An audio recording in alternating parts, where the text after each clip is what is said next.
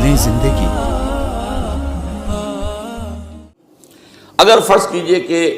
140 کروڑ مسلمان اس دنیا میں ہیں تو 30 کروڑ کے قریب جو ہیں وہ عرب ہیں، باقی 110 کروڑ جو ہیں، 1 ارب سے زیادہ تو غیر عرب مسلمان ہیں۔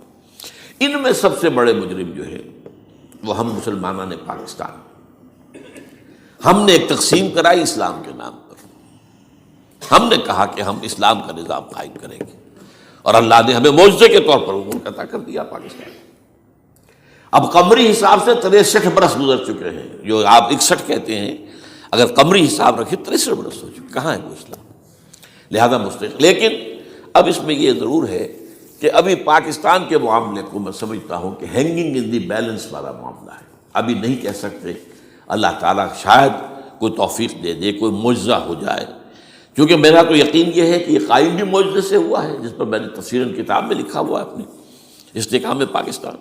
اور اب کوئی دوبارہ معجزہ ہو سکتا ہے۔ اور وہ معجزہ کیا ہوگا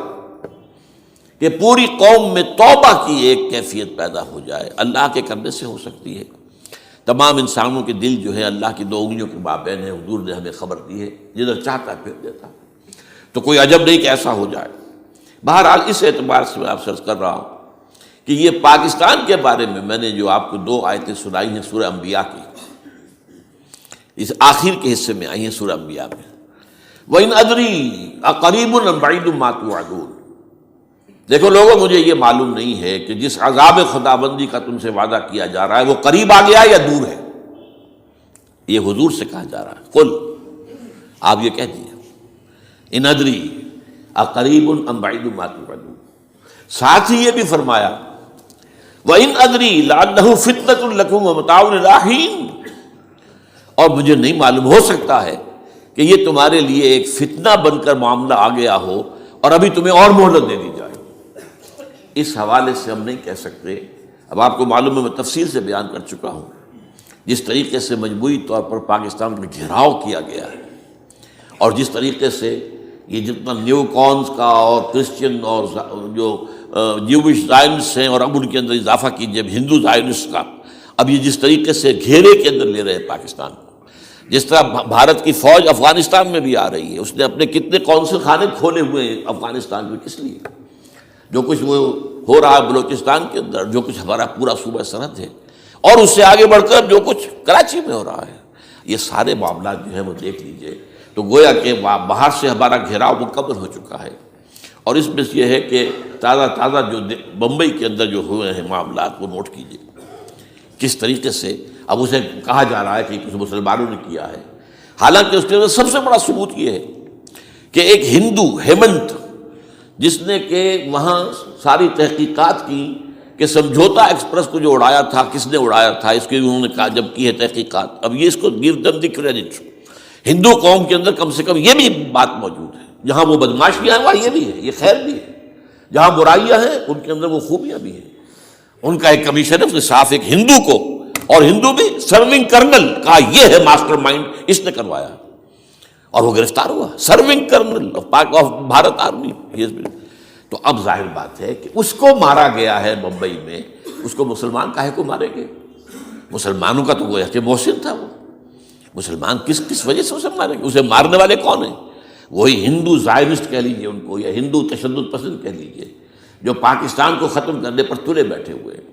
یہ ان کا در حقیقت کام ہے کہ اس شخص نے اتنی بڑی حرکت کی کہ ہمیں جو ہے ہماری سازش کو بے نقاب کر دیا۔ تو اصل میں لیکن یہ سب کچھ جو ہو رہا ہے، وقتی طور پر تو بہت زیادہ طوفان اور جوش آیا تھا، معلوم ہوتا تھا کہ شاید 9/11 والا معاملہ جو تھا نیو یارک کا، اس کے نتیجے میں جو ایک دم امریکہ جو ہے نکلا ہے غصے کے اندر، اور پوری قوم اس کی کھڑی ہو گئی اور پوری دنیا جمع ہو گئی افغانستان پر حملے کے لیے، شاید ایسا معاملہ ہو جائے، لیکن نہیں، اللہ کا شکر ہے کہ یہ معاملہ جو ہے ان ادری لعلہ فتنۃ لکم ومتاع الی حین۔ ابھی کل کی جو تازہ ترین رپورٹ ہے وہ یہ ہے کہ اوباما کو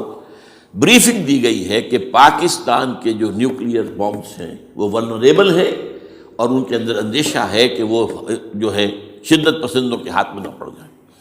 اس کو کوئی نہ کوئی بہانہ انہوں نے بنانا، یہ جو میں آپ سے عرض کر چکا ہوں۔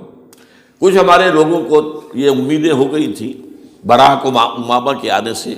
یہ میں نے پھر اس کے بعد ایک مضمون میں پڑھا ہے، آپ کے لیے بھی نئی بات ہوگی۔ براک کا لفظ جو ہے اس میں یہ بھی اسلامی ہے، یہ برکت سے ہے، اس لیے کہ اس کا باپ جو ہے وہ سواحلی علاقے کا، سواحلی زبان جو ہے، کینیا کا ساحلی علاقہ جو ہے وہ سواحلی زبان جو ہے اس میں عربی کی بڑی آمیزش ہے، کیونکہ وہ تو بہت قریب ہے نا، عرب سے کتنا فاصلہ ہے، وہ درمیان میں وہ ریڈ سی ہے، بڑا چھوٹا سا سمندر ہے، تو سواحلی زبان میں عربی اثرات ہیں۔ تو یہ برکت والی بات، جیسے ہم کہتے ہیں کسی کا نام برکت حسین، برکت علی، تو یہ وہ ہے بارک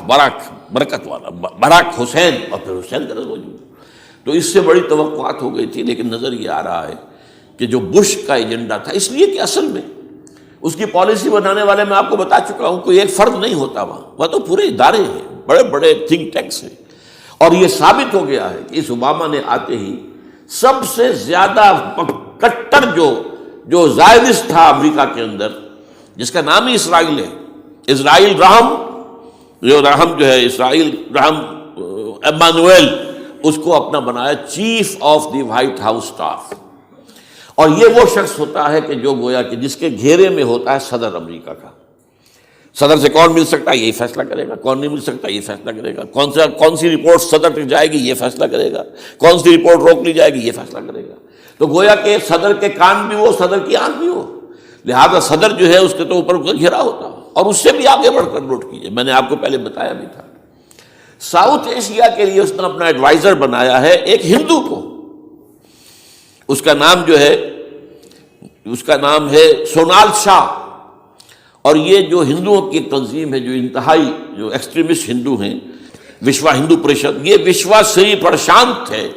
جس کا اسٹوڈنٹ ونگ ہے بجرنگ دل کا یاد۔ ساؤتھ ایشیا سے مراد بھارت اور پاکستان، اس کے معاملات میں اس کا ایڈوائزر جو ہے سونال شاہ ہے۔ تو حالات جو ہے اس اعتبار سے انتہائی یوں سمجھیے کہ خطرناک